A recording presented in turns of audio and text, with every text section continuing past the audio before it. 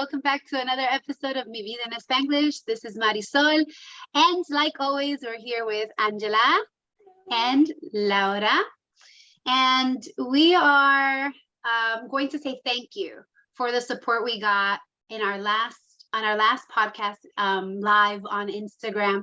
That was super exciting. I have to say it. It's tradition for me to say super exciting. I realize this is my thing, so I'm going to keep on saying it. But it was really cool. It was very thrilling to see how many people supported us. We had 131 views on that one. And it's awesome to see it sort of, grow and duplicate in the support. So we appreciate you for it. And we will continue to put out the effort and put out the content, and you continue to share, like, and follow like you're doing so far. Thank you. Today's topic might be a little heavy. It's Laura thought of this one, and I think it's a great topic, especially being Latina. We sort of have a lot of things that have been normalized in our culture with this particular topic, and I think it's crucial for us to talk about it. It's parentification. And for anybody that is unaware of what it is, I'm going to actually read it because I don't want to paraphrase. I'm going to read it. It's very brief. Is simply put, parentification is the process of role reversal between a parent and a child. It places the child in situations where they feel or act like parents to either the parents, the siblings, or both. And I think all three of us, to some extent, have had different relationships with parentification. I can speak for myself, where I took on that almost down to the point by point across the board bullet list of, parentification to both my parent and my sibling growing up. Laura, what was your experience with parentification? So we were talking about earlier how there was two parts of parentification, and that was instrumental and emotional. And I just felt like I relate more to like the emotional one, mainly because I just had a lot of times when I was like with my parents, and I felt like I was given lots of secrets, seeing a lot of things at a young age, seeing a lot of abuse that was going on, and just having to be so young and taking that on at a young age and understanding what was happening, that affected me now with even how I parent. Even like with my brother, I feel like that was happening to me a lot, mainly because I felt like he's the older one, but I was saving him a lot of times. Being his younger sister, we're 9 years apart, I was always kind of like coming to his aid or holding these big secrets that I just wasn't ready for, being that we had such a big age difference. Yeah. What about you, Angela? How was your experience with parentification? Mine was a little different because mine was like almost like parentification by proxy. Is it like a witness to it? Like a witness to it, right? Almost like a bystander, and you can't do anything about it. So you kind of have guilt in retrospect. Like everybody, like you guys most know, I left home pretty early. So, and I was the middle one, kind of the hard-headed, rebellious, independent one. My sister Bianca is 5 years older than me, and our younger sister is 5 years older than me, 10 years younger than Marisol. So, we were in different stages, but I feel like I got to see a lot of it from a bystander view. So for me, it was noticing it, not understanding what it was, not agreeing with it, and almost rebelling against it. Like when I left, I feel like I completely like washed my hands of responsibility for my parent, almost to like a detriment, because I saw what it did to my sister, kind of took away her childhood in a way. So I was like kind of resentful, didn't really understand until I started going to therapy and like working through my issues and understanding my trauma. But so for me, seeing her be put into that position, and then as an adult looking back and understanding what it was, is hard to digest. I think like as a child, when you're in it, maybe if I'm wrong, you don't identify it. So I think it was harder for me to be like, oh crap, that's what that was. Like, oh my God. And in the Latin culture, it's so normalized that you don't really identify it as that. Like, well, she's the oldest, it's her responsibility, when it's really not. Yeah. So that's what's Well, my experience with it. to digress, to go back to my personal experience, I'm the oldest across the board between both of my parents' children. So my dad had 2 kids. My mom had 3 more kids after me, and I was the oldest. I am the oldest by 13 years from Laura, and I am the oldest by 10 years from the second youngest, which is Anna. And then, you know, they all sort of fall somewhere along the line there. And it was interesting because I never really parented Laura and Alex. That was never an experience for me. Because we were, you know, I wasn't always involved in their lives. Like we had a lot of disconnect with my dad and things of that nature. My mom, on the other hand, being a single parent, that suffered from, you know, severe depression and a first generation immigrant and insecure about the language and access to mental health and information, single parent put me in a very delicate place, because then I became not only her confidant, and I became, and I, you know, it's funny because I'm feeling a little choked up talking about it, and I talked to you about it cool and collected, but now like exposing that feels so vulnerable to me. I feel so exposed. But it put me in a situation where I was, you know, like I remember instances where like my mom was so emotionally disconnected, where even like Jehovah's Witnesses knocking on the door, she'd be like hiding. I can no, because she didn't even have the skill set to tell them not to bother her. So she would like send me, and I'm like, 11. I remember sitting through sermons at the living room, like, are we really doing this right now? Yeah. And I'm like 11, telling these people, you know, like, go away. And it was like, you know, you're like this, like nervous. You don't really understand the scope of things. And now as an adult, I see all these scenarios, like small ones, like insignificant, like that I remember, and huge ones, like when she was separating from Anna and an old dad, and the, you know, with your dad, like the drama with all of that. And I was always the go-to mental health provider, the confidant. And I always had to sort of support and pick up, you know, taking care of you guys and sort of creating that balance. And I know that's what sort of pushed me away. Like when I graduated college, sort of start my own thing in my own world. I went away for college for 4 years. And I never did it without guilt, which is impressive. You know, I think about that a lot. I always felt like I abandoned my kids when I left. Until today, like your issues, I always felt like they were mine, like my failure or my ineptitude or my inability So you to were like our be dad, though. I really was. And She was.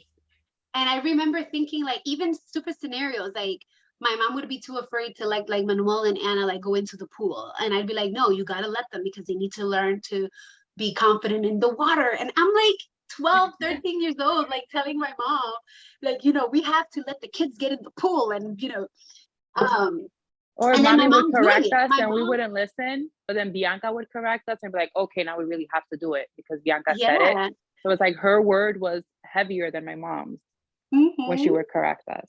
Yeah. And I remember, you know, having to like help with everything, like oh my God, phone calls, bills, calling on the phone. Like I see the list of instrumental parentification and both emotional parentification, and I put the bill like most of them. Like I can cross off most of those bullets. And I think that, and I'll read them so that everybody has kind of like a guiding, more clarity to the topic. There, like Laura said before, there are 2 types of parentification. There's instrumental parentification, and it includes functional responsibilities and physical tasks given to a child that are not age appropriate. Some examples are, and I'm taking this from hopefulpanda.com in case anybody is interested in learning a little bit more about the topic. It's very simplified and easy to follow. But some examples on their page that they have is like taking care of younger siblings in a parental way. Like I did with disciplining, putting to bed, Cooking creating order, meals. getting ready for things, taking care of a sick parent, sibling, or relative. I did help my mom throughout a lot of her depression periods of depression and depressive episodes. Physically taking care of parents, I didn't have to do that. Paying bills, not with money, but I would have to like call and help her, because sometimes my mom would get really like she had extreme anxiety in situations like that, especially with customer service and all those things. So I'm here, trying to do that. Serving as a translator, I think that happens to pretty much every Hispanic kid, pretty much every kid of a foreigner that comes, of an immigrant that comes here, especially for first generation. That's kind of like a rite of passage in our, whenever you're the child of an immigrant. Housework, I did that, like cooking and cleaning and grocery shopping. I do remember I used to go do laundry, like my little shopping cart that weighed more than me, down the block. I never did have to take myself to the doctor. Being in charge of responsibilities not appropriate for a child. Those are some of the most common examples of instrumental parentification. Now, when we go into emotional parentification, is when one or both parents turn their child to fulfill their emotional needs. This is considered the more problematic and damaging type of parentification.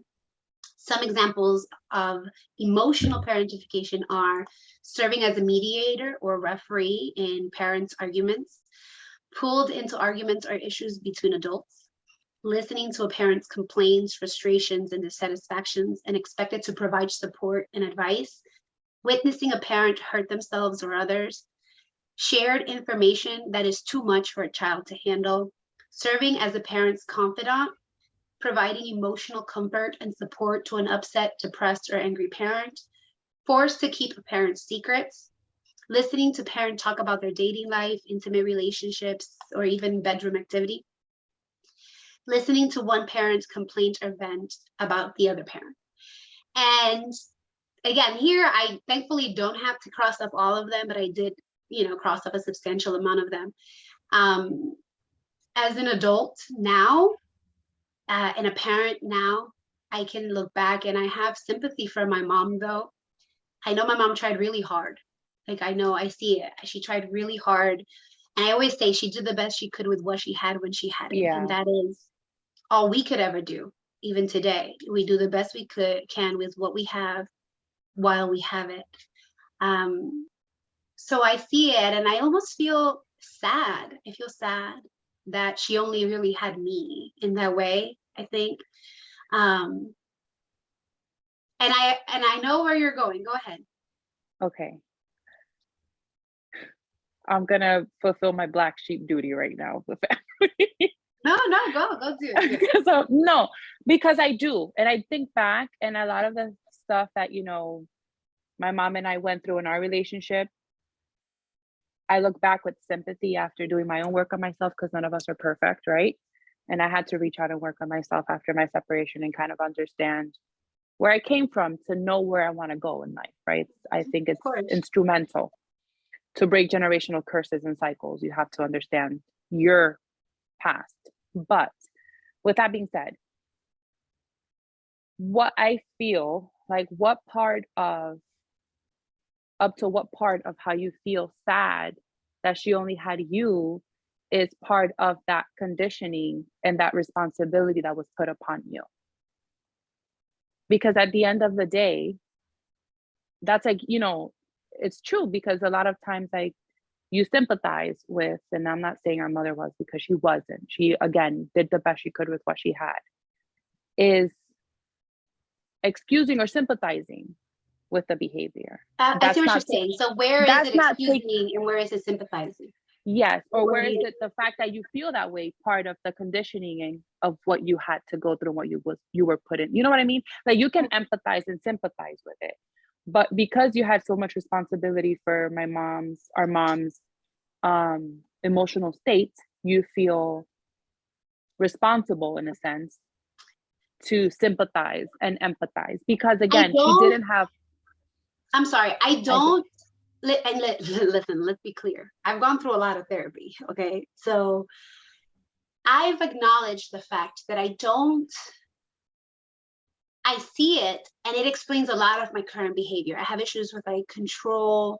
I like to protect my children a lot from everything. I am always cautious about, like not giving them too much for their Yeah, age or I'm the same. exposing Oh them yeah. to more than they need to. I try to handle my own adult things independently from my children. And so that gave me that. It gave me vision, gave me clarity, right? Where I was versus what I want from my own children. So, and throughout my therapy, if something that I learned and I accepted is that, yeah, it did me up in a lot of ways. Oh no, but It also it did a lot taught of me. good too. Yeah, It did a lot of good. taught That's what I you. was gonna say. It taught me a lot of good things. It taught me a lot of good things, and I don't see it. And I honestly look back on all of it, and I don't see all of it in a negative light. Some Me parts of either. it, I think definitely I feel were a little bit much for me. And I've battled with figuring out if my personality, my innate nature, was sort of like fit that mold that I was sort of placed into, or vice versa. I've battled with understanding if I had to adapt to it or if that was my nature.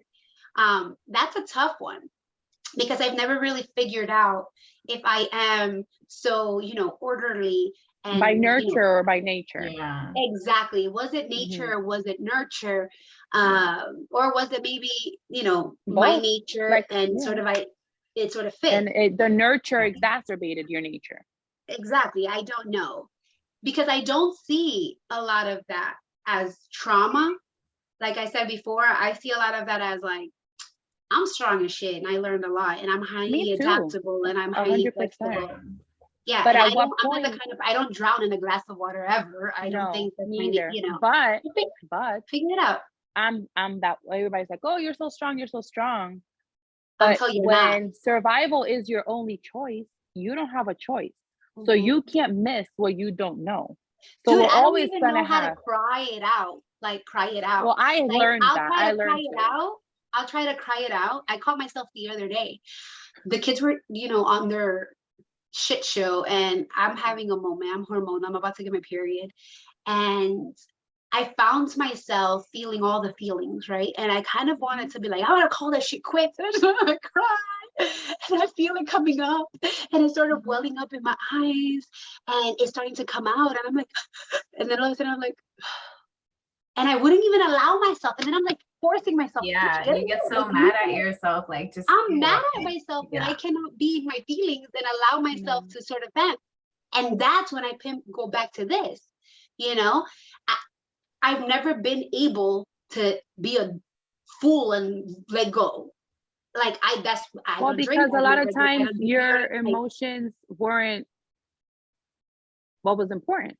Because no, there was. and this I might be couldn't be I controversial. couldn't be vulnerable or broken because I No, had but to. we still kind of struggle with that though. I Mhm. feel like if we're all having an emotional discussion with the family and you share your point and you're hurting and we hurt with you, and I share my point and somebody else shares their point, and then, like my mom or something will share her point and we don't have a big enough reaction to that point, then it becomes an issue. Mhm. So when you are conditioned enough in that situation, you're almost like, well, my emotions are the last that are important because you're so used to somebody else's or the moment being more important than what you're feeling.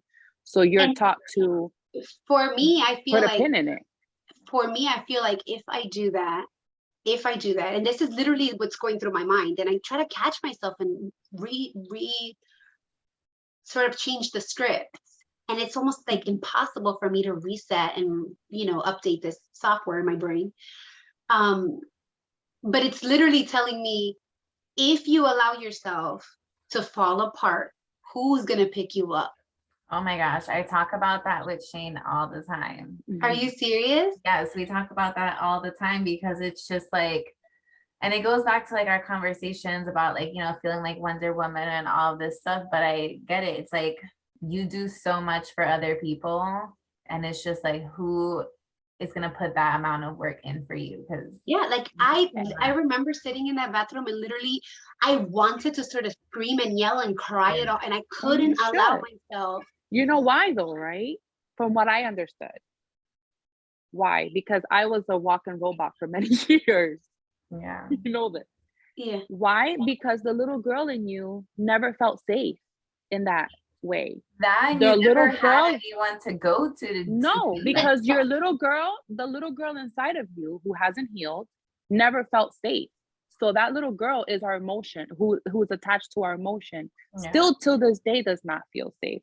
And I can say that from my experience because I've always, not even in the privacy of my own room or my own closet or my own shower, I allowed myself to let go before until recently. And it was like this, I mean, through my separation, all that, I had moments where I would like fall apart and hide in my closet and just cry because I felt like cocooned inside of all my clothes in a tiny little space. And I would sleep there for nights because I was home alone. But it was always by myself. The first time I allowed myself to be vulnerable, which was huge for me, with an outsider, was a stupid like thing that happened like a couple months ago, my son's prom, whatever, but it was with my boyfriend. And it hit me so hard because he asked me if it was okay. And I was like, yeah, it's fine. And then like on the road, I started like having a breakdown. But it was like You felt exposed, like you exposed yourself, and like, yes, was but I he was still more, gonna love you I was after that? upset. Yes. I was upset with myself because I'm like, no, I didn't feel okay. But like, why am I'm only lying to myself. But then it was like a smack in the face to know that I felt safe and comfortable enough with him for the first time I've ever felt that way, outside of myself, to be vulnerable and be honest, not sugarcoat or walk on eggshells as to how I was feeling. And like, I started crying and like explaining to him why I felt that way. And it was like the most insignificant thing, but it took that for me to realize like, holy shit, like I really never felt. And my therapist will always talk about the little girl not feeling safe, but that's what it is. When you feel like you can't break down because you're responsible for everyone else and who's going to take care of you, that's the little girl in you that hasn't healed, that's still responsible for everything else. And no one is responsible for her because nobody's taught us that we can have a cry and then we can pick ourselves up, wash our face, and go about our day. We don't need anyone or that validation from anyone to say, I have your back. To have it's a beautiful thing.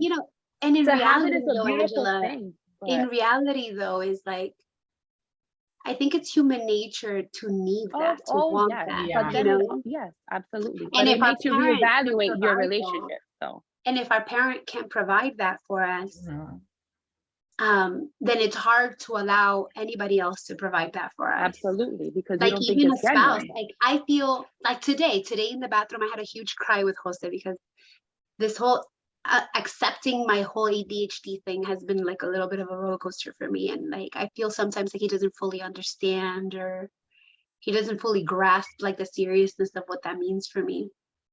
So today in the bathroom, I had a moment with him and I allowed myself, he was just holding me. And like, as soon as he started holding me, it felt good. And then incredibly overwhelming. Like, I just kind of wanted to like pull back, get it together, and put up like this front because I don't want him to see me as like a broken bird or something that needs helping. I'm supposed to be the one helping. I'm supposed to be the one fixing. Yeah, you're the fixer. Yeah, and that is definitely something that has been really difficult for me. As a result of the parentification, as a result of having to take on, and I, today's show is hard for me because I don't want mommy to like hear it and be hurt. I don't want her to be hurt from it, and I know she will be. And I think we owe ourselves the honesty, though.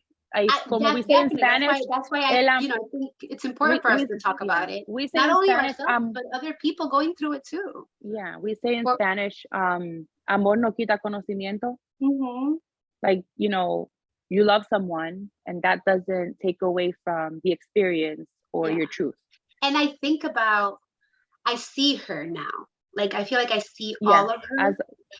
And I see how hard she fought with herself because I see moments like when she would make us like the eggs with the crackers and in front of the Oh, movies on Sunday 100%. mornings.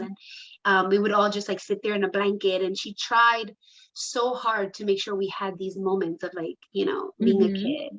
And it's Yeah. comfort food for us till this day. O los huevos Yeah. con la cebolla y el pan. Yeah. Like, Yeah. I see how hard she really fought for us to She have did. that. In her moments of She'd clarity, she wake up really in the did. morning and make us a mango with salami. Abuela Steny would always make these joke how I would stay with her and she'd be like, she gave me cereal. My grandma, Yeah. when I used to visit my dad, she gave me cereal one time. And I literally said to her, y en esta casa eso lo que That's what you eat in this house. mi mamá me hace mango. She was so like, what? Like she had to make me mango because I wasn't having no cereal for breakfast. I know we were talking about before how like our generation is more tolerable, of these things, and we make jokes of it, but we've like gone over it, and it's just kind of like, taken a turn for the better in a sense too, because like we've all talked about how, because of this, we've all become better parents for our Mhm. children to avoid these things. So it's just perspective, like you said, and seeing it. And In what Oh, ways absolutely. And do you feel it that it's taught us made you a survival better skills parent? too. For me, I sometimes struggle with it. My sister was visiting for the weekend and she witnessed some of it. I am so hyper aware, especially with my son. He is like such like a natural born like little Man. dad, like a man. Like he's just so, eager to be responsible. And like, both of my boys, I mean, all my kids are protective of each other, but my boys are so protective of their sisters. And my only experience with that was Bianca being another parent, because Bianca was like our dad. Like I said earlier, my mom would correct us and it'd be like, she's like, clean your room. And we'd still be like, okay, she said clean your room for the 32nd time. Bianca would be like, clean your room. And we're like, okay, let's clean the room. Like it's, which was unfair to her. So for me, it's like I'm so hyper aware of not doing that to them that at some points I think like I'm a little dramatic about it. Like I don't know how to moderate myself. Like they have responsibilities, they do dishes, take out the trash, just get putting their grain of sand or como es aportando, like, Yeah, but that's they're good. That's parenting, no, I know and that's the difference is. that we want to be clear on. That Is like, is, but I feel like I still have to work on, and especially with co-parenting, which that'll probably be a whole nother episode. The way their dad's home is run and how our home is run are different. They're not completely different because, we all have standards and our set of rules. But when it comes to like instrumental parentification, I feel like they have that in a sense. They have a lot of responsibilities, but I know a lot of it is life skills. They're drywalling and dropping engines and fixing cars and they enjoy it. But I'm also like, but just make sure you have time in there to be a kid. Like, I want you to have time.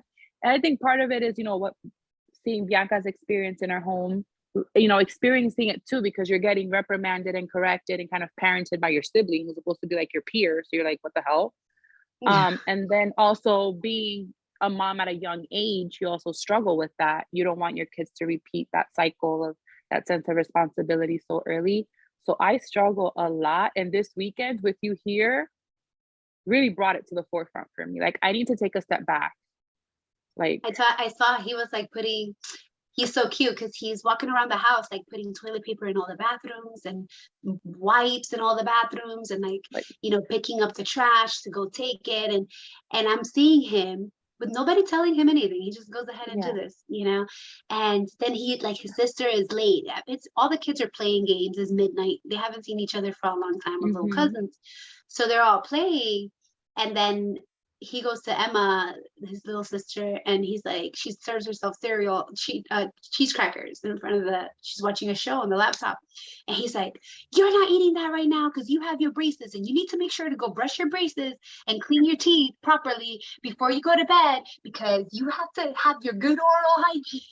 Yeah. Like, looking at him, like, And to look at this me, little like to bandit. her, she's like, oh my God, he's like so responsible and like so attentive. And to me, But to like, me, I saw it as that because nobody was yeah, telling him to do anything. yeah, yeah, I know, It's not because exactly. of the lack of a parent that does it. Exactly. It's his But own to me, nature. where now I gotta call Brandy and be like, hey, mama girl, we need an appointment, is because Brandy's my therapist, by the way, is because to me, it's like, oh my God, am I like not on top of it enough that he feels the need that he has to go Yeah. do that? That's where I come in. Like you don't want to have let go. Yes, like, oh my God, did I like, I was doing something else or organizing my closet or doing laundry or whatever, like that slipped into him instead of saying, oh, mommy will get it tomorrow, which is fine. Like, I'm not a robot. I need like everybody to pitch in. But to me, it's like I've programmed myself through experience. Like, oh shit, did he feel the need that he had to go put toilet paper on the roll because I'm not doing my job 100%? Like and that's not his problem. That's mine. I have to work through. Or even But with he's the just, divorce, like, does he feel like he needs to like pick up the man role in yes, the sense of like the house? yes, yeah. And I understand that too, because I may be guilty in a sense of that because, growing up, their dad was part of the family, but he wasn't always home. So it was me and the kids, whether he was working or whatever, it was mostly me and the boys. So they almost feel like they're like my right and left wingman. So when we separated, like their dad, went into the family unit with his, he has his, his partner, his girlfriend, and they kind of have that nucleus there where there's a female role and the male role. So when I moved out, they kind of saw me, they know my strength, but they feel like, okay, even though I never really had that support before from a male, even though I was in a marriage, they felt like, well, now, we have to be her guardian until somebody comes in and earns that space. So I battle with them a lot with that. Like, I'm like, tú no eres un papá. Like, you're not the man of the house. They're like, yeah, but we're still, the boys of the house. Like, we have, I'm like, no. Like, we literally had arguments about that. The good thing with that is that you're clear on communicating that to them. And they're the ones that are having sort of that internal battle.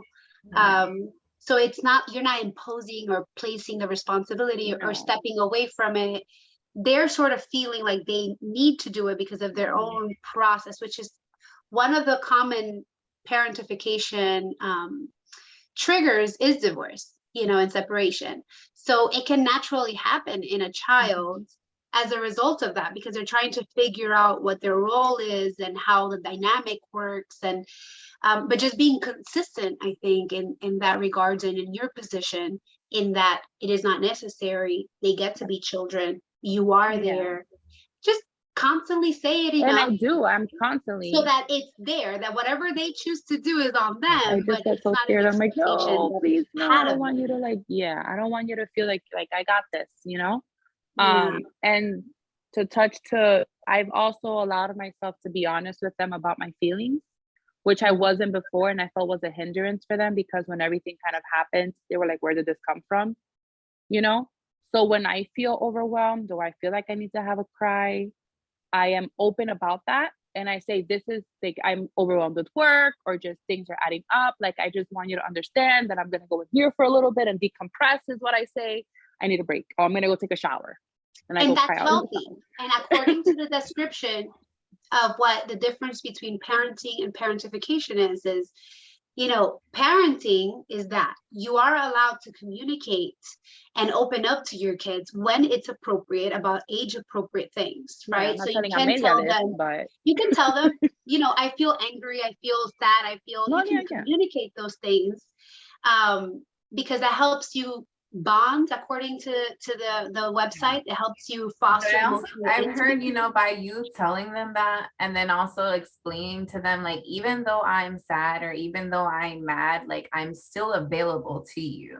You know what I'm saying? Like, this doesn't change me as your parent because I'm like sad. Like, I'm still a parent to you. It sets a precedence, because it allows your child to see that it's okay to communicate, even as an adult, your feelings. How you're feeling, and also teaches them that you can regulate yourself. Exactly. And also, I think kids, I've learned through our process that their imagination will run rampant when they're not giving the facts. So I feel like I've had to be honest with them to, to their age, more with the boys, in depth. I kind of filter depending on age, but still the same message of like, overwhelmed, or I need the space, or, I'm going to go walk around, go to the supermarket, or I'm just going to take a break. Like I need, so they know that you're human and that. Yeah. And that's okay. Usually the line is drawn when the parent expects the child to offer advice, support, fix it, or teach you how to cope, or cope for you. You know what I mean? So that's where the line is drawn with the difference between parenting and parentification.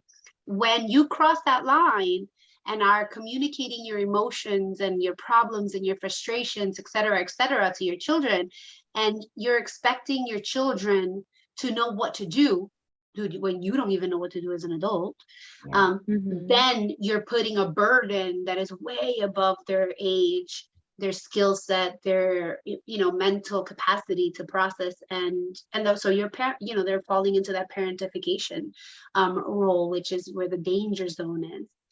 So I think parents should be emotionally available to their children without putting the burden of responsibility of their emotions and their regulation and their solution on their children.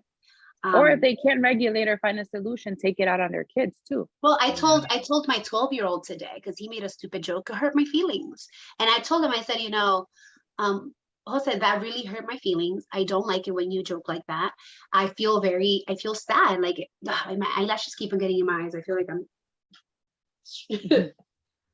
I've said that to Olivia too, because I just do things like that because I don't want, how like we were talking about in another episode, how you felt sad that one of your boys was like in the shower like crying, like I didn't come tell you, like I want her to see me apologize. I want her to see me cry. I want to explain these things to her so that when those moments come for her, she can feel comfortable enough to tell me. Yeah. And like we said, it's a difference between being emotional and vulnerable in front of your child and putting the responsibility of those emotions and that vulnerability on your child. There's a huge difference. Your child can hug you and say, "Oh, mom, I'm sorry you feel that way." The same way you would tell them, like when they're little and they're angry, "Oh, I'm sorry, I'm sorry you're angry and sorry you feel that way. What can I do to help you?" Your child shouldn't feel the need to say, "What can I do to help you, mom?" They should just be like, "I'm sorry, mom, that you feel angry." And maybe when they're older, they can ask you, "What can I do to help you?" But having a 10, 12-year-old child feeling like they need to fix you should raise red flags for you as a parent, Empathy is one thing, but emotional burden and responsibility is a completely different thing. Effects of parentification long term. I think in my personal life, I can tell you that it's really made me, and I know this is a tough one, but it's really made me very insecure person, lacking a sense of self. And that's like the very first, I read it and it says, what are some of the effects of parentification? And the second is lacking a sense of self. And you didn't have time to discover that resonated with me because I've always sort of like doubted myself with everything. I've always, and I know I'm smart and I know I'm capable, and yet, I'm sort of like always stuck in this like disassociated state where I see me outside and then the real me is all the way over here. Well, the real me, quote unquote, is all the way over here. And I really sort of never really live. Like I said before, I won't, there's a lot of things that I won't do. And not always because of a lack of interest or curiosity, but because I don't want to lose control. I don't want to put myself in a situation of vulnerability. I don't want to put myself in a situation of weakness or whatever. Like I won't drink, I went through all of college and maybe smoked pot like 4 times. You know what I mean? Like, and I always had to do it like in my dorm room, like with like 2 or 3 people, like in a controlled situation. I had to have control over everything.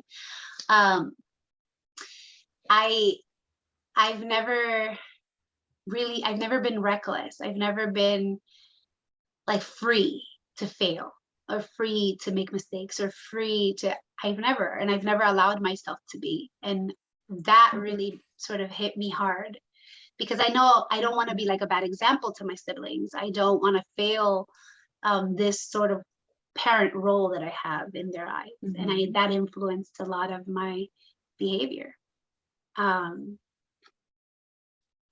Yeah. I feel a lot of that the same, as far as like, self-criticism and like just not trying to burden my needs, to others and things like that. And anxiety. I feel like I've always gotten so much anxiety, especially like because of my brother. And I feel like it wasn't until he kind of like moved out that I felt more like I could make mistakes and do things. But I felt like I always had to kind of be the perfect, person in the house, because he was always getting in trouble. So it was like there was no room for me to make the mistakes because he was like times 1,000, But then once he moved out, I would start feeling kind of like that parent, like, oh my gosh, what is he doing? Is he getting in trouble? Or he would call me, hey, I'm like, this happened to me, like, don't tell anybody, or hey, come, I need you to come get me out of this. So it was like, even though he left and I was still kind of like able to, okay, now enjoy myself and have room for my mistakes, I was still constantly living with that anxiety, what's going to happen next to him. Yeah. Olivia's like yelling for me because her movie's but for me, no, sorry, no, I didn't know you were done. You're fine. No, go ahead. No, let me go fix her thing. I'll be right back. Okay. Yeah. For me, it created, sounds, saying it out loud, like I said this behind closed doors. It created a lot of resentment for me. And I think it was because I felt like I didn't have either parent. Yeah. And then the responsibility was, I don't want to get emotional. It's okay, get emotional. I got emotional. No, I know, because when I cry, I'm like the Kim Kardashian ugly crier and I can't talk. So I'll just be this for like 5 minutes. It'll be just like for like 5 minutes. It created resentment because, like I said, I didn't have either parent. My dad was pretty much non-existent in the sense of, raising and just being there. And then my mom was there, but wasn't there. And then I felt like I could never really identify with her emotionally or be sympathetic or empathetic, because I was always coming from a place of anger. Like, I don't have either parent. And then I would get resentful with you because I'm like, you're like you're my sister. Like, why are you ruling? Like, who made you boss? From my own teenage, young child anger, immature brain, I never grasped why you had that sense of responsibility when she should have been doing it. Like, to me, that's how I always saw it. So it created a disconnect. I'm sorry, mommy. But it created a disconnect, I feel, in my emotional relationship with my mom that I still battle with till today. Because I never really saw her as the parent. And in times that I needed that, or I would create scenarios that would warrant, like, and I feel like I would instigate, like every dramatic teenager does, instigate scenarios where your mom is forced to get up and say, in a healthy way, in my mind, you've seen sitcom moms and, your friends' moms in ways they do it. I didn't get that. So it was almost like self-sabotage to prove a point. And then the point was proven. So it just created resentment. And like you said, I do look back and I know times that we even struggled financially. To us, that's not the memory we have, because mommy made the best out of that situation where we really didn't feel it. Maybe you did because you actually knew what was going on and we were protected from the reality of it. But still, to me, I just felt resentful, and I still sometimes feel resentful. Yeah. So like, it's hard for me to be more sympathetic and sympathetic, empathetic to what was, because I never really understood it. And I'm also, and my way of thinking is, if something is broken, find a solution for it. Even though I lived in a fog for many years and I didn't find the solution till later. When you're aware, when you know better, you do better. And I feel a lot of times there were instances of clarity. And like, she went to therapy, remember? I remember us going to an appointment with her. And then she would kind of, it's too much work, I'm not doing this. So then seeing that also would create a lot of anger in me. Like, wait a minute, you know this is happening. So why the heck aren't we doing anything about it? As an adult, I look back and I understand more what mental health is and how debilitating it can be at times. So I do empathize in that aspect, but it just created a layer of disconnect and resentment that I guess protected me in a sense, but also pushed me out of my home to create my own family bubble and be protected. So I can have control of my family, of my kids. And I don't a lot in that as well. Yeah. So that's why I, left home at 15, going on 16, and built my own life, because I never had that sense of security, which I didn't have outside of my kids for many years, which maybe it wasn't fair to them. But you controlled that bubble. But I controlled that. And I was always aware of me and who I was as a mother to my kids. Even though a lot of times I couldn't control our environment, I could at least control who I was as a mother and am as a mother to my kids. So I feel like that's how I can say that one of the biggest challenges that I still face today, and you'll get it once I say it. When I was over at your house, what was one of the first things I said? Oh, I'm sorry you didn't get the fun sister come visit you. Yeah, that self-deprecating humor. Well, beyond self-deprecating humor, I've never been able to bond with any of my siblings in a sibling way. I never have. And I've tried. I try so hard. But the only way I know how to bond with my siblings is to parent them. Mm-hmm. Is to parent my siblings. That's the only way. Like, I know how to give you advice, and I know how to it's so hard. Like, I can't just be a fool and let go, and I don't know how to do it. I can't do it. And with none of, because not even with you, Lara, I see other people where they're go over their siblings and they just lay on the couch and talk crap and drink wine and shoot the shit for 3 hours. I've never done that with none of my siblings. And I think about it and I feel sad at that, because I've parented. My relationship has always been of a parent with my siblings. And so I don't have necessarily a normal, I want to smack you, pull my hair. I've never done that with my siblings. Have I ever done that with? I've never. No, but past the age of what, Angela? 8, 9. Think about it. Yeah. Once I took on the role of a parent, it's never happened. Yeah. We did. I don't even remember us bickering like sisterly things when I was 15 and you're 10. I don't remember. I remember a big fighting with you about parental things. Mm-hmm. But which always create more fights. Huh? Which always created more fights, because I'm that's none of your business. You're my sister. You because, you told mommy that I snuck out, or you took my shirt. We didn't have that normal. We've never had that. I've never had that with any of my siblings. I've never had a normal. But even when you came, for me, hearing it from other people is oh, that's nice. So when you walk into my place and you're oh my God, I'm so proud of the life you built for yourself. I was okay. It's real. Okay.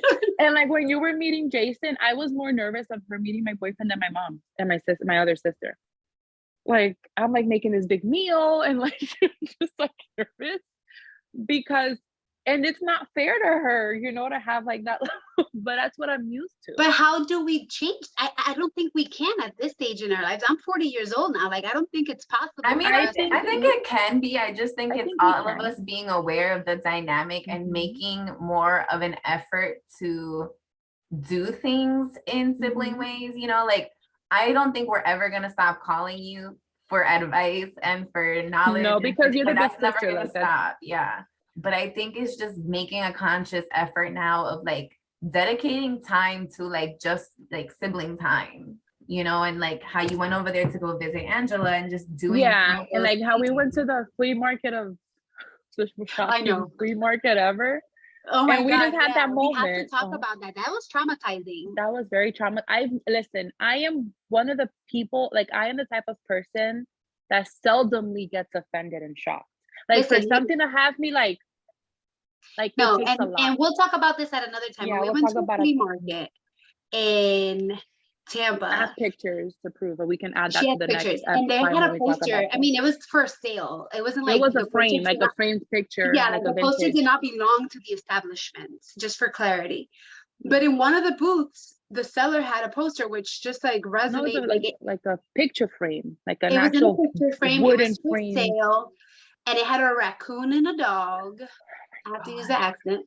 And they were reading a book that said, Disclaimer, trigger warning. yeah, trigger warning. And Angela was like, I swear, Discussing we race. were both like emotionally distraught I after couldn't reading that, disconnect because from it's a vintage relic. It's a poster that actually existed in somebody's house, you know, Mhm. and it said, what was it that it said?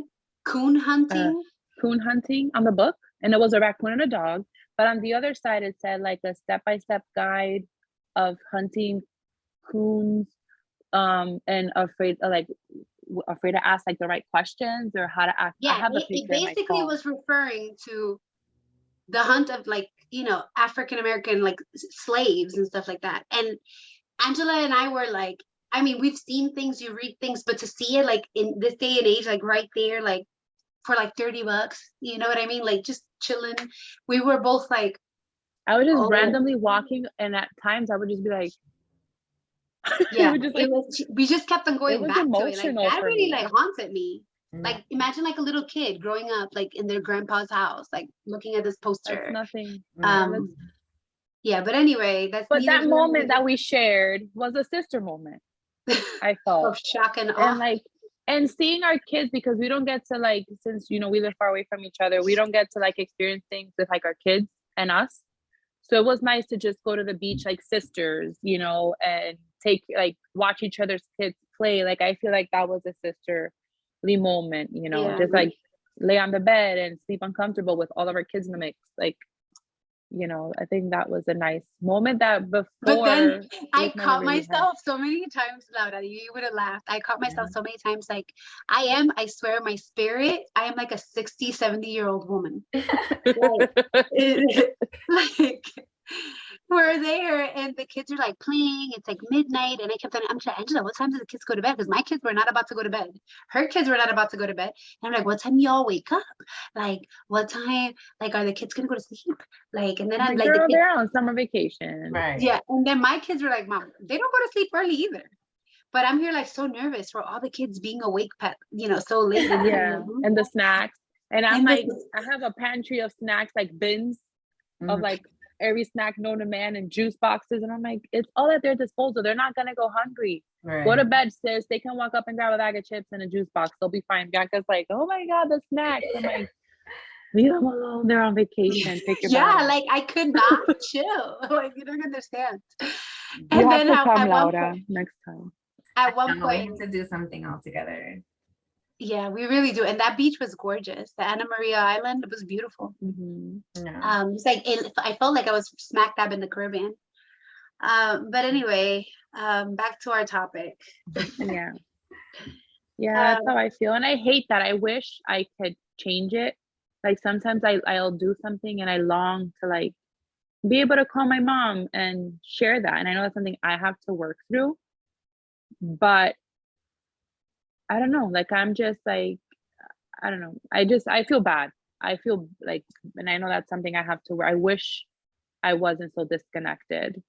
I feel you, because I talk to Bianca about this all the time, but that's like one of my big things is like I felt a lot of emotional suppression from my mom, and I felt the complete opposite of my dad, you know, and so then like now not having my dad, it's like so different that I don't get to have that as a, you know, like that you know, and now as a mom, I feel like I make sure that Olivia has that in me, but then it's like, Mhm. you know, I don't have that Who for do you me. have? Yeah. Yeah, Yeah. I And but struggle with that. it's like I've told Laura before. I think, like I said before, I see my mom, and yes, she could have done better. I mean, if she, you could say if she really wanted to or whatever, but I don't think it's a matter of wanting. I think it's a matter of understanding mental health. Of course. And I understand it now. And I I think I do. look back on it and I don't, I don't see her with any more resentment in that way. I feel like I might have some frustrations with, situations that have happened between us.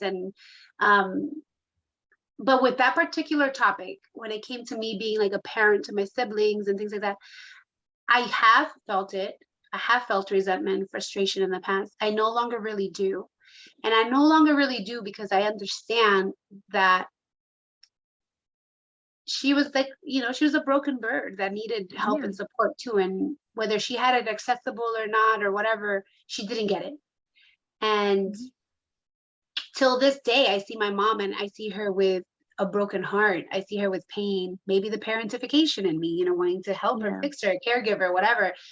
But I see her and it frustrates the living bejesus out of me that I cannot help her. I can't. I see her and her world is actually quite beautiful. She has 4 kids that are healthy and thriving. She has like a gajillion grandkids that are healthy and thriving. She's independent. Um, she has some financial stability. Um, and she could have this beautiful life.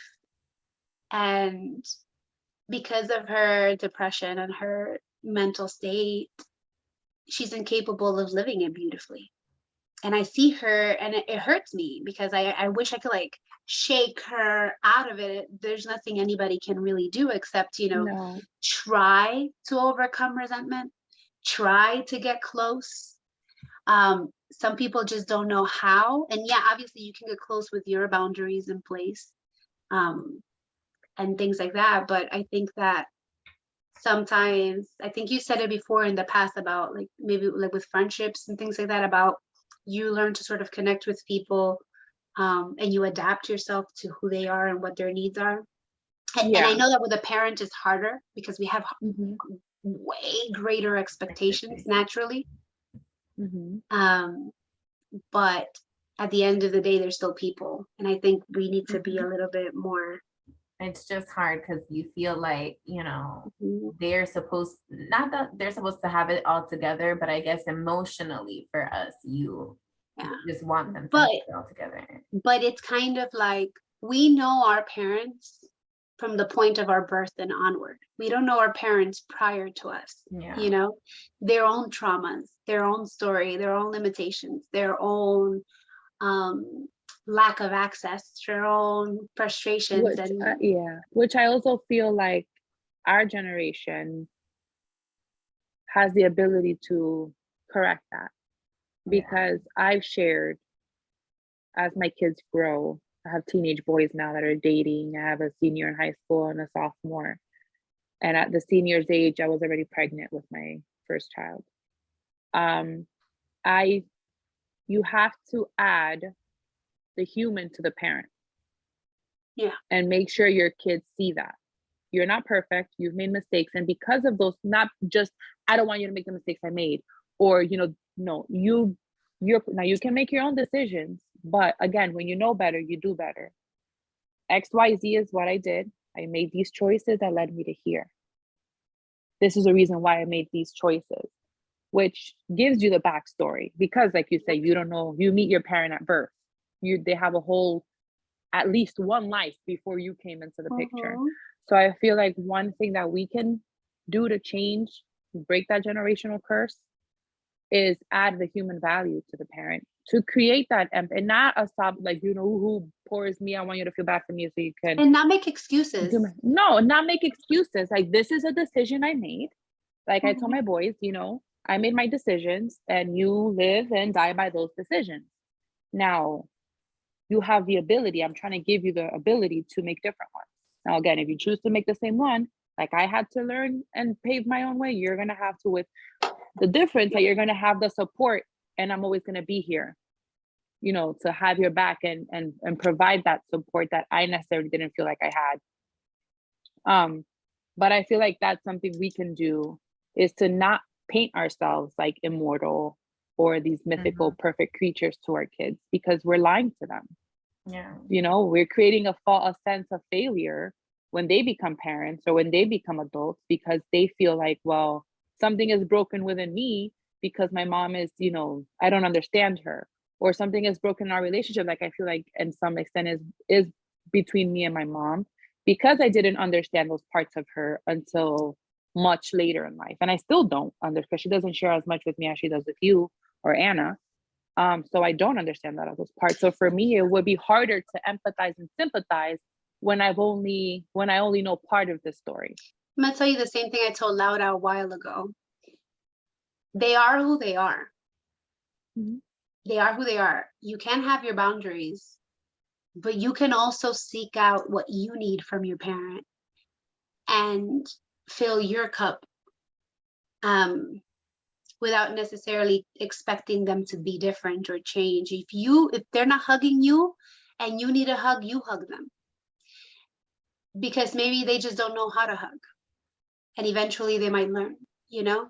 And I told that Laura because Matilde, for example, is, you know, she's not like a super emotional person, and so sometimes you might need a hug, you go grab your hug. But do you think that's hard, Laura? Oh, it's definitely okay. hard. Okay. I thought it would just be because to me, no, it like would be like, she tells me these things, but you know, like it's really hard for me because before losing, you know, my dad, I never thought about those things because he was constantly filling my cup. You know, and so now that I don't have that, I'm trying to find ways to do it with her, but it's still really hard to connect and to make the changes. But it is hard, because like even for me to talk about certain things with my mom, and Angela knows, I've told you, it's extremely hard, because you feel like you're not going to get the response that you need. You feel like, you know, it's going to come with judgment, or it might come with what is the word I'm looking for? Prejudice? Not prejudice, but like cuando algo viene como una sorpresa o con una expectativa. Oh, like some with strings attached. With strings, you know, or but you know, I can say genuinely that my mom, in my particular case, she has a gift that none of us like, and that's that she can see shit before it happens with us, and she knows. The problem is the execution, and I've always told her, she knows, she sees, she can sense how we're doing and how we're feeling. But for most of our lives, I think we've always processed it all as judgment or criticism, or, you know, she doesn't get it, you know. Well, that's what I say, because we don't know the backstory. We don't know the backstory, but also because of the way, the approach. She didn't know how to come and talk to us. She doesn't know how to say it in a way that, you know, we are receptive to.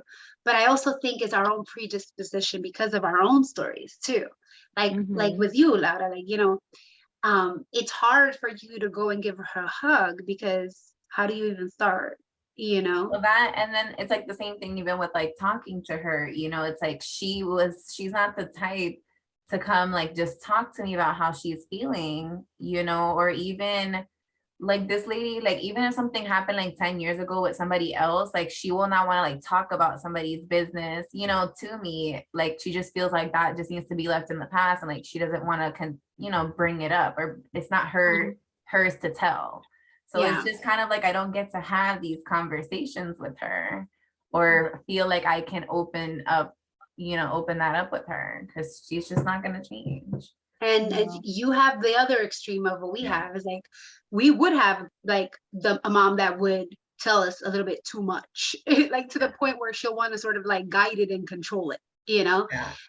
And that's the complete opposite, and that made me in a sense just grow up so fast, because I felt like I had to find the information on my own. I had to deal with it on my own. At the house, I felt alone, so then I had to kind of like use it, Angela, like feel like I needed to leave the house So like, Yeah. okay, well, shit, if I'm having to figure it out alone, I'll just do it on my own and make my own life and figure Yeah, it but out. I think and to heal, you need acknowledgement.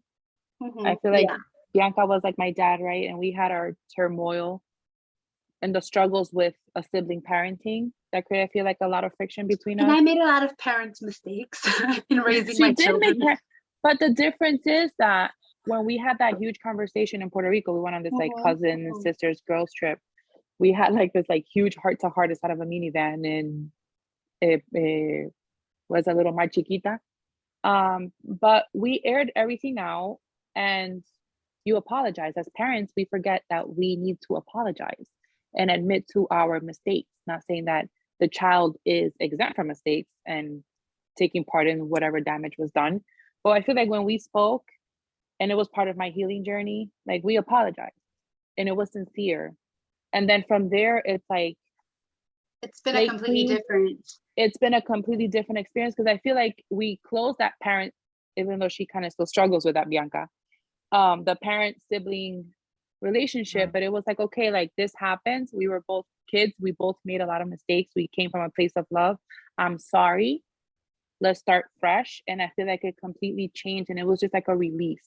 But when I tried that with my mom, it was, I'm sorry you feel that way. I'm sorry that is your truth, not taking any ownership. And to me, that was like, okay, then we can't move forward because we're still not acknowledging the mistakes that we made. And we're not perfect because I'm a parent. I know I make my own mistakes.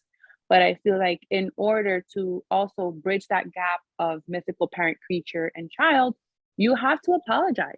Yeah. Because that also shows them that you can own up to your mistakes. And in that apology, it creates security that you can share your feelings with that parent because they've now become a safety net.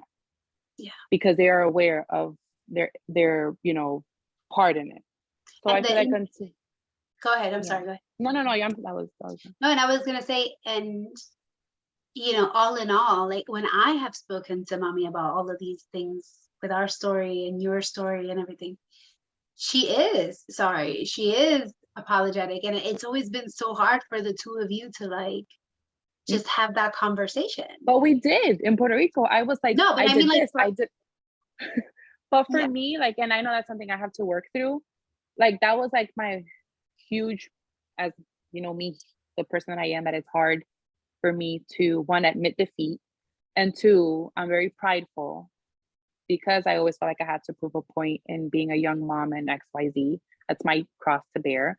But I felt like for me, that was like, okay, I'm going to open the floodgates. And we had all the parties kind of the life story in the same room. So I was like, this is how and if I'm wrong, correct me. Like I felt like I gave it, like, it could have been the way I interpreted in my 16, 17-year-old brain, and it's different, and I'm open to it. So I feel like we all admitted to our part. And I know it was probably hard for her. She might have fell on the spot, and I know she has her insecurities with that. But that was a moment that I felt like was lost because she tells you, but telling you doesn't do anything to our relationship. And I also fully have learned that she simply doesn't have those skills. She simply does not. Like, to understand how proper apology works and acknowledgement works, like she doesn't have those skills. That comes with that generation of Latinas, like they don't apologize. No. They don't know what they might, but like Angela said, it's like the apology where I'm sorry you feel that way. Yeah. Like, but if you wouldn't have done this, and this, then I wouldn't have done that. Or the conditions apology, or the apology. But I think it's also because they feel like they don't need to apologize to their child. You know what I mean? No, like, yeah. I'm the adult. Like, so it's you're like, my I did what I had to do. You're alive. You owe me your life. But did you die? Right. I just, if I had one hope, I'm working hard on me, on changing the things that I can control, of doing better for me, for my children, so that they can hopefully do better for their children. And will I mess up? Yes, I already have, I'm sure, a bunch. Well, but the things that I'm aware of, at least, I'm trying really hard to change and just do better. And I really hope that at some point, the parents that have a hard time with that acknowledgement and that sense of ownership of their shit, figure it out. Because, you know, like our moms, like they need to figure it out, because otherwise there's going to be, it's going to be a sad third chapter of their lives, you know, like Yeah, their and senior you years are and going to be kind of sad, when you think about it. Like they're missing out on so many things. Like they close themselves off. They're missing out on so many things because well, they their get story. alienated too, aislado. And it's Well, also part into like, we're brought up, I'm sorry, with that sense of responsibility, and we can touch on it quickly, that by culture, we take care of our elderly, right? Yeah. That's what we do out of respect. We take care of our elderly. But I feel like it's morphed into, you're responsible for me because I gave you life and I brought you into this world. So Mhm. now it's a sense of duty. And I feel like, so even though we grow out of that, you grow out of that parenting, actual child parenting phase, you never really do, because I feel like you're gonna always be responsible. So like, you know, our sister's kind of in that mix now, our younger sister, where even though my mom is independent and, you know, somewhat financially stable and has very much the tools to, she lives a good life in DR, you know, she does what she wants and shops and does, like, you know, she's basically retired. Anna still feels, and she's not here to speak for herself, so I won't speak for her, but I feel like she feels like she's still responsible. Yeah. Or yeah, She's for taken over your role. Yeah. yeah. Like she takes on. She feels like because nobody else, and by nobody else I mean also my mom included, is sort of taking charge of her life, then somebody has to sort of step in and do it. And I, you know, I told my mom today, I told her today, I was like, you have nothing holding you back, in everything in front of you. And you really need to make yourself a priority in your own story and start taking care of yourself and doing things that you need to Never do too for late. you. It's never too late. Mm-mm.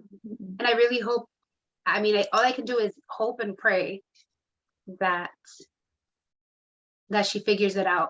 I'm trying really hard not to alienate her in the process, and just sort of like accept her and acknowledge her and include her in my story with my boundaries in place. Because let's be clear, I do have them. But I want her in my story. I want her in my life. I want her to be sort of a part. And I feel like, you know, she's older. She's in her 60s now. So we don't know, you know, Well, yeah. what life has in store for That's us. hit me recently. Like seeing her, she's kind of been under the weather and not feeling well. Like it's awakened in me, like, all right, I need to work through my unresolved issues with her, Mhm. even if she doesn't acknowledge anything, because my mom is in her 60s. I always put it into like birthdays or Christmases or summers. Like if we have 10, 15 summers or 10 or 15 Christmases with her, or 10 or 15 birthdays of hers left in her life, and I only see her 6 out of those, like it's just 6 more visits, you know? Yeah. And it's like I've been putting into like those numbers. Like you know, my kids miss having that, their grandma, you know, they're blessed to have, you know, their dad's mom, but I want them to have a relationship with their grandma. And I don't want my daughters, it scares me that I have daughters and they don't see a relationship between me and my mom, you know, that they're gonna grow up and think that's the norm. Like I don't That want to scares miss me as well. milestones. Like I want to be there for births, and I want to be there for the wedding, and I want to be for the wedding dress, and I want to be in milestones, and I want to be call me 17 times a day for no reason because you want to know how do you make, you know, pollo guisado for the 7th time this week. Like I want those things with my girls. So I don't that also scares me. And I feel like now more than ever, I need to work on remedying that connection with her, because I don't want my girls to emulate what my mom and I have right now. Yeah. Yeah. Yeah. Beyond that, Angela, is also good for your own soul. Yeah. It's good for your own soul because at the end of the day, healed as we may be and forward moving as we may be, having a relationship with our parents is, I think, one of the most natural, necessary forces in us. Yeah. And when that's not there, we always feel like something isn't quite right. 100%. Yeah. So you can't force something, especially if it's causing you No, pain or damage. But absolutely. That I've within learned. Like, within what as you can yeah, control, within what you can control. And I would say go for it. And Laura, like the same for you. I think you have a close bond with Matilde in that she's very supportive of you with like your parent, like as a mother, where she helps you a lot with your child. But I think I don't know if like I would say like a mom, because I that's what I was gonna say. Like I as a look grandma, I look more to grandma and I look more to you as like the mom in the things that I need to hear. But in the mom in her, it's so different. It's more so like, yeah, she pushes me to go to school and to be independent and to do these things. But I feel like because that's always been expected of me to always do good things, like she just always wanted to make sure that I can take care of myself, because that's what we were all taught, all the women in my family, all the cousins that are girls. Like, look at all the cousins that are girls compared to the boys. All of us are successful women independent. and the boys are not, so it's definitely a really different relationship with her. Yeah. But I think working on that, all of us working on that healing aspect and trying to like really push forward, like I said, the parts that we can actually control. I think it's worth trying, because otherwise we always have like that dangling question that what mark, Yeah. over our story. And if I can tell you from what we lived with Papi, the question mark is not worth it. Because had I held on to my question mark and now moved here from Dominican Republic to be with Papi and develop a relationship with you guys and everything, I would have had so much freaking regret right now because of the way Papi died so suddenly and everything like that. And I don't want you guys to have regret in that way.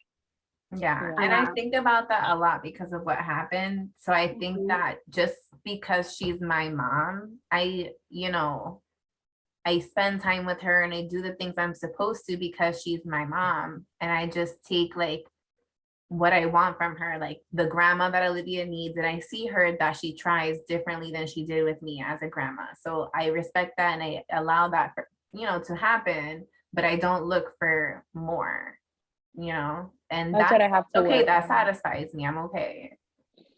Yeah. I have to work on that. Cause like my dad part, like it's crazy. Like we've spoken and I've healed with my dad. Like we've healed our relationship, although we hardly ever talk. But now I feel comfortable enough to like tell him off if I have to, or he'll call me and send me pictures of my siblings, or like I know the relationship I have with him and that's all I'm gonna get. And I'm at peace with that. With my mom, I feel like it's unfinished. So well, because I think a lot of it is because like with your dad, he wasn't a part of your story. He was. Mommy was a part of your whole story always, but she wasn't the part that you needed her to play or expected he her was to play. He was a part of the whole story, a bad part of the whole story. Yeah, an absent because part. Yes, which is worse than being present. To me, well, it was worse. But think than about being it like present. this: the one parent that you did in your story, I'm talking about specifically in your story, the one parent that you did have didn't fulfill your expectations. So it's almost like a double, like a bigger loss to some extent. I saw it differently. Yeah, and you don't think in some degree that influences why you are maybe resentful or hold so much space between you and mommy? No.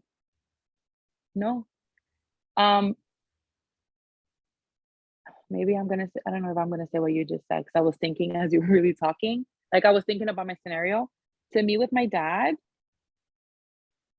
a lot of the anger I kept my whole life was like, I didn't feel like I had 100% my mom present, or like I could identify with her. Like I just always felt a disconnect. And then I always imagined in my child brain, like I would create this like scenarios of like what it would be to have my dad. Like obviously Bianca would go for the summer with her dad, or Ningo was present with Anna Manuel, which that could be probably a whole nother episode. But in my mind, I would be like, okay, well, they're gone for the summer. They're gone for the summer.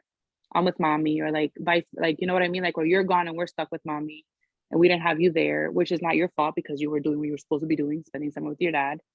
For me, I would create a scenarios like, well, I could have been, you know, in Bani or in Boston, like living this fairy tale, la la la la la, and I wasn't. So I was mad. I was like, for me, it was worse. Like, how dare you? And then I would hear his stories, you know, stories through the family members of things that he did with the like my other siblings. That's a whole, yeah. So for me, no, for me it was worse that he wasn't there. Now, I was like really young, so I don't remember too much, but like I do remember that like you and Manny and Anna would come over. Yeah. Like I think I feel stayed like with it you was guys for a few weeks. frequently. Didn't I live with you guys?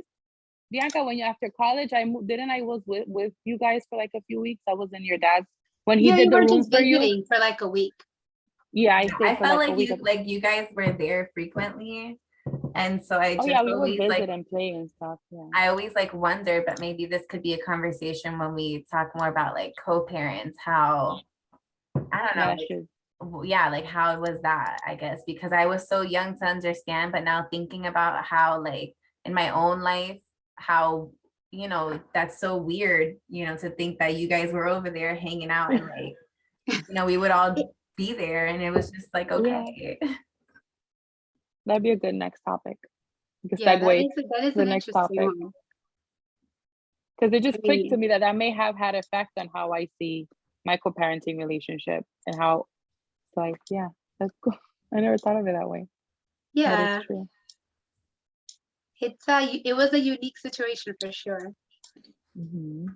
But all right, you know, I think there's too much to this topic to cover Yeah. in one sit down. Um, what do you guys think? What would you say to close?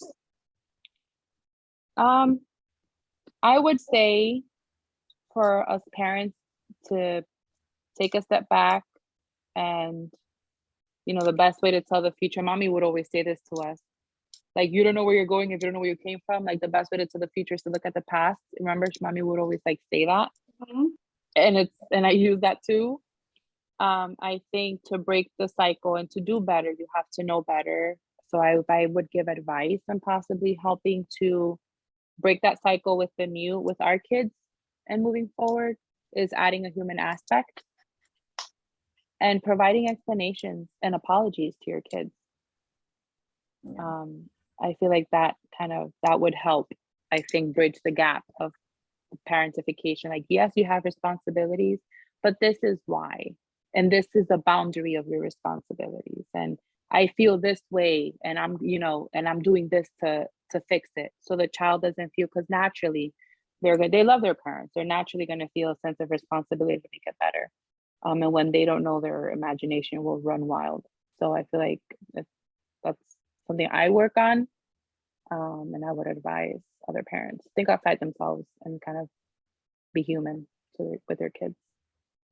Laura? Yeah, no, I completely agree about just humanizing parents and definitely just taking a moment to think to yourself and having perspective on how, you know, things were for them, learning to, you know, getting to a point in your life where you're accepting of those things or getting therapy if you can't. And just, you know, I want to say using like being resilient in the sense of the things that you went through and just kind of being able to use that now to better yourself and the way that we do things with our children. Mm-hmm.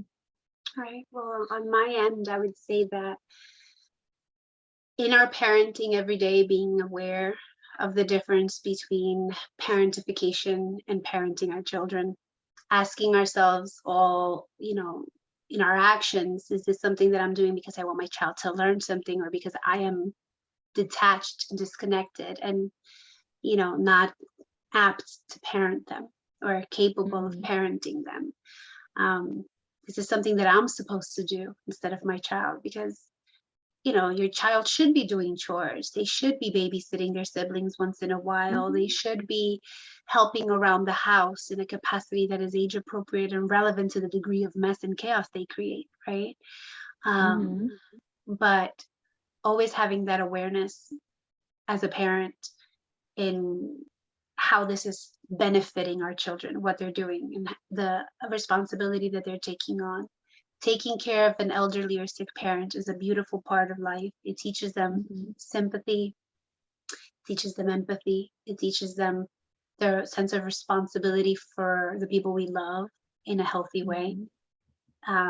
Being there for each other emotional is crucial to creating healthy bonds of communication and for their own mental health and stability in the future. But again, never disconnecting from our responsibility to parent our child, and not, we don't get to take a break. We don't get to ever, even when we're on vacation, you don't stop being a parent. And just because we're struggling with our mental health or physical or addiction or whatever it is, that burden should never fall on our children. And if it is falling on our children, then I urge you to look for help, look for support, because they will pay for it. They will pay for it when they are adults. Maybe not even when they're adults, along the way, to adulthood. They might pay for it in a lot of other ways that are painful to us as parents. So let's do better. Anyway, thank you again for listening to another episode of Mi Vida en Spanglish. We are thankful that you have joined us this episode and all of our past episodes, and hopefully you join us for all the future episodes to come. I won't say that word from the last show. But I can't say. Please like, follow, share, leave us a comment, tell us your personal experience with parentification and examples in which maybe we can improve, heal, connect with our parents after experiencing this specifically type of trauma. Thank you and ciao. Ciao. Don't forget to subscribe. Subscribe. Esta mi despedida, vete con el que